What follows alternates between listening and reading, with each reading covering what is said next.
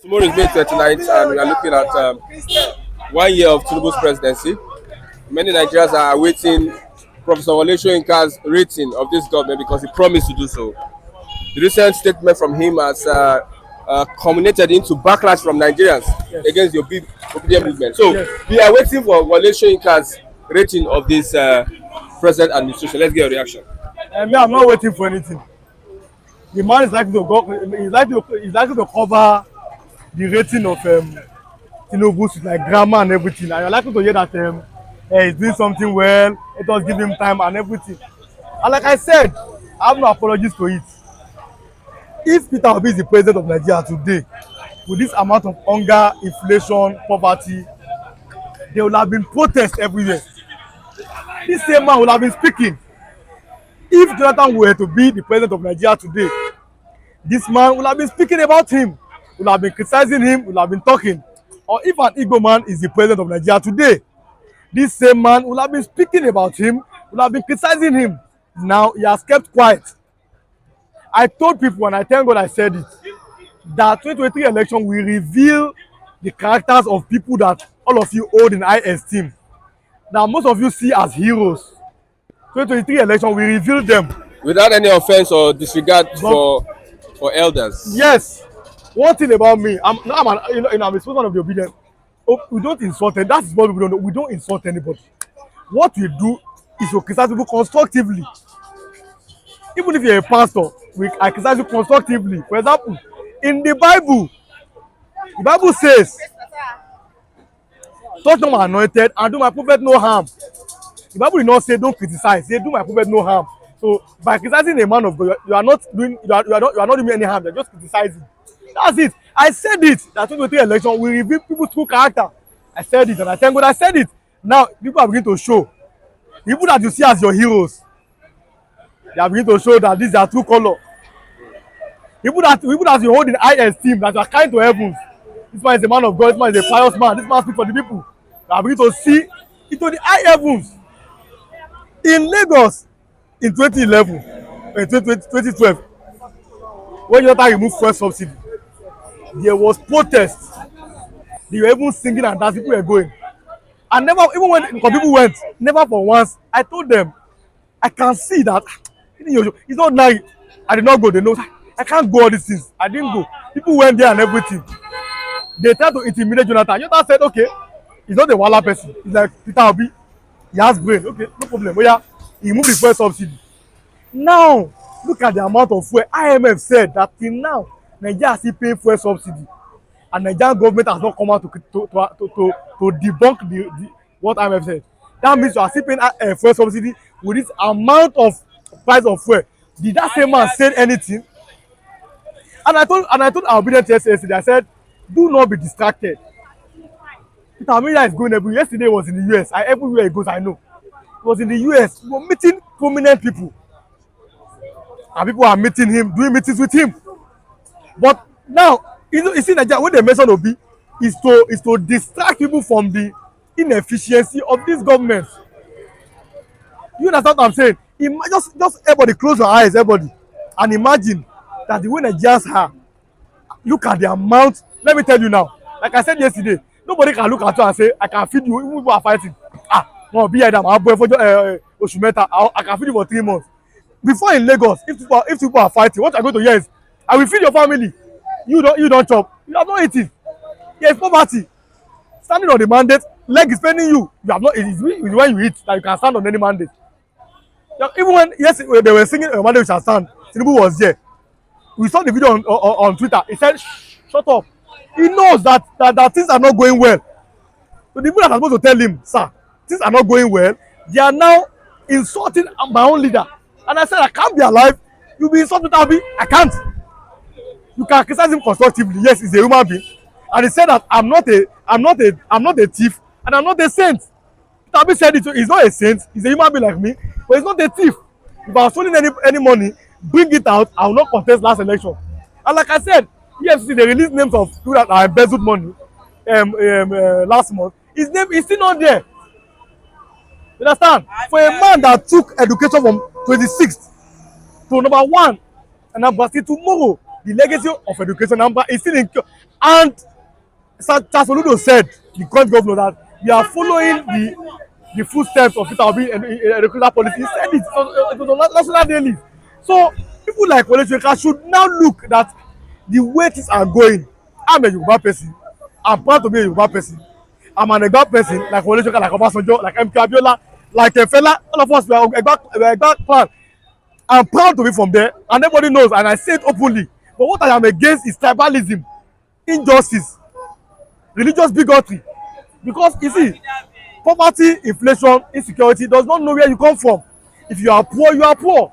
The same amount that an Igbo man will buy food, Yoruba man will buy food, Calabar man will buy food, Hausa man will buy food. So now you now tell the president, things are not moving well. Tell him the truth.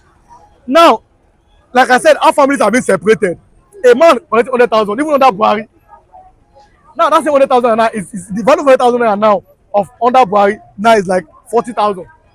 That under Tinubu now, 100,000 under Buhari, the value now is like 40,000. Value is different from the value has reduced. Yes, now reduce go. So that man cannot be coming home every day. That's what's happening now. They cannot go home every day. They're not sleeping in their office. You understand? Somebody is working in Lekki, staying in Ikorodu. How much is transportation? So you rather sleep for 5 days. Look at how families have been separated.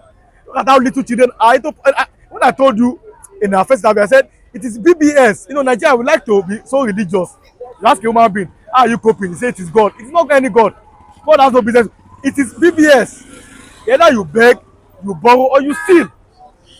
If you're a woman, you enter into position, either beg, borrow, steal, or prostitution. That's how people are coping. Don't let anybody deceive you. That, These are the options available to Nigerians. that's what is happening. Okay, let me give you an example. Let somebody collect 30,000 naira now. He's staying in Aige, working in Ikeja. Go come, it's almost 800 now. If you remove 800 naira times 30 from 30,000, how much is it remaining? It's less than 6,000. And such a man will tell you that he's going to work and he's coping. Either he's begging, he's borrowing, or he's stealing. You can't cope. You understand? You are paying someone 30,000 naira. Look at where he's staying. Look at, and it's still going to feed. And 1,000 naira cannot even buy you anything anymore in Nigeria. Under Jonathan, with 200 naira under Jonathan, you can get something. This is 200 naira. That's why I tell people that this inflation, this is 200 naira. Under Jonathan, 200. Indomie was 30 naira. You buy 3. That's 90 naira. Egg was 25 naira. You buy 2. That's 50 naira. 50 plus 90 is 140. Pepsi, 50 naira. That's 190. They buy 2 pure water under Jonathan. Now, this 200 naira now cannot buy you even one Indomie. Under Buhari, if you want to eat that same amount, Indomie there under Buhari was 200. Egg was 100 naira. You know what I mean? So that's 600, 800. One Pepsi, 150. That's 950. Then 50 naira pure water. That's 1,000. What 200 naira can buy for you under Buhari?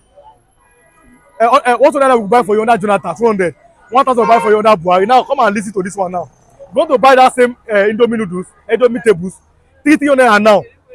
We buy 3, that's 900. Egg now is 150. Yes. Now if you now buy the egg, now the big is 200. That's 200 times plus 200 naira times 2, that's 400. Now that's 1,003. Then if you now what other Jonathan you buy for 200, other one you buy for 1,000, you are buying for almost 2,000 naira now. That's what they call inflation. And that same inflation does not respect tribe or religion. If you're a Muslim, you want to buy even from Aboki, you sell for you the same price. If you're a Christian, the same price. When pure water was 5 naira under Jonathan, under Buhari it became 10 naira, then it became 20 naira. Now better than it's now 2 for 15 naira. You can see these are the little things we said. When beggar was 15 naira under Jonathan, under Buhari it became 100 naira. It became 150. Now it's 200. Sometimes they carry 300. What am I saying? Now it's 300. Now look at the inflation. And salaries of people have not increased. This is what politicians should be talking about. Or is that there's some things that we might say that we have not known that the government is doing. Like what? And some achievements. You know, the professor might be privy to some of these achievements that And let's just give you the benefit of doubt and No, until he speaks about the government. no. See, there's no benefit of any doubt. You see, the problem is that the APC, it seems that they were not ready for power. They just wanted to grab power. They were not ready to govern. That's the difference between APC and PDP. It seems so. They just form a political party. Let us remove Jonathan. You understand? And now you have not removed Jonathan. Have you done anything better than Jonathan? Even when I was asking one Aboki man, he said that he preferred Jonathan to even his own brother. But I told all of you, stop voting for somebody because it's your brother. There's nothing like brother. Vote for somebody that will make your own life better. Because your brother does not know you. Who they know is their own family and their cronies. For just they don't know me. That man that's calling boy, that man that was telling people that I'm very sure that Tinubu will never fail. Is my brother. That same man now, he is causing Tinubu. He's causing him. I've never caused him before. Why would well, I know that me. I'm not surprised at what's happening. I know, so I'm not surprised. But they are surprised and they are causing him. That is the difference. So leave brothers and vote for competence, capacity, and commitment. And someone that want to work for you. Someone that does not. Let me tell you something. Peter Obi already has a house of over £1 million before 1999. So he's a businessman. He's not coming to take your money. He's not coming to embezzle you. He does not need it. After I finish his tenure, they give him a land. I have the document. The man said, no, I don't want. God has blessed me. No land, no pension. But the first governor in the state of Nigeria to sign pension law is our current president. It's a fact. I don't insult people. I give you fact. The first governor in the state of Nigeria to sign pension law was this our president. But Peter Obi does not collect pension. So politics to him is to serve, not to embezzle. Because he's already rich, but he want to help you.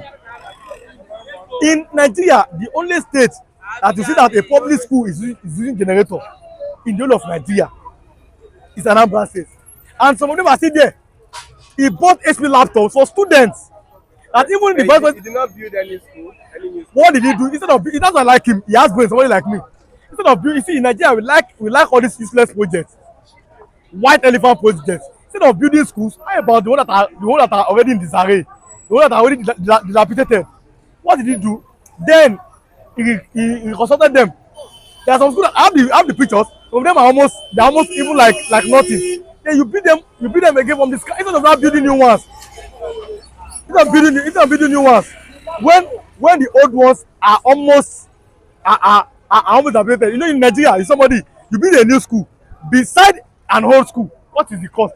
Renovate this one because in Nigeria we like self-aggrandizement. We like people to praise us. Oh, I built this new school. No, instead he built a university teaching hospital. It's still there. But it does not. You see what I like about it? It does not brag. He's a very humble person, and that's why people like that. Nigeria don't deserve people like Peter Obi. We deserve people that always brag. They give you 10 naira, all the whole world we hear. Peter Obi do something, he does it and he goes his own way. He has people that's helping on scholarship. It's a bit the same way that went to the north to give them water. If not that his name is now very popular, he just do it and go. So you need somebody like that. You know what I mean? When he bought HP laptop for students, it was the highest by any state in Africa. That even the president of the HP, they came to Nigeria when they want to inaugurate it, when they want to give students HP laptop, over 30,000 HP laptop for students. And I'm not naming all the students at a particular time. You understand? That was what took Anambra from 26 to number 1 in Nigeria. Until today, anytime there's any election in Nigeria, any examination, be it WAEC, JAMB, NECO, and everything, go and look at the ratings of the students. You always have another student there. These are the legacy. When we say legacy, these are the legacies of Peter Obi. The legacy of my father. When I say my father, that's the greatest Yoruba politician. Obafemi, Jeremiah Awolowo. Awolowo gave we Yoruba people free education. And you see, it's education that can take you from slave. Let me give you an example. I spoke about after the Civil War that what made the Igbos to be Igbos today is not just by luck.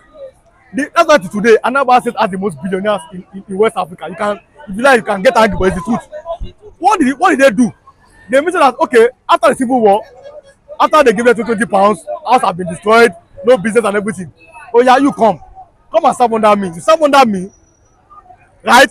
Then after serving me for how many years, I will either give you money to establish your own shop,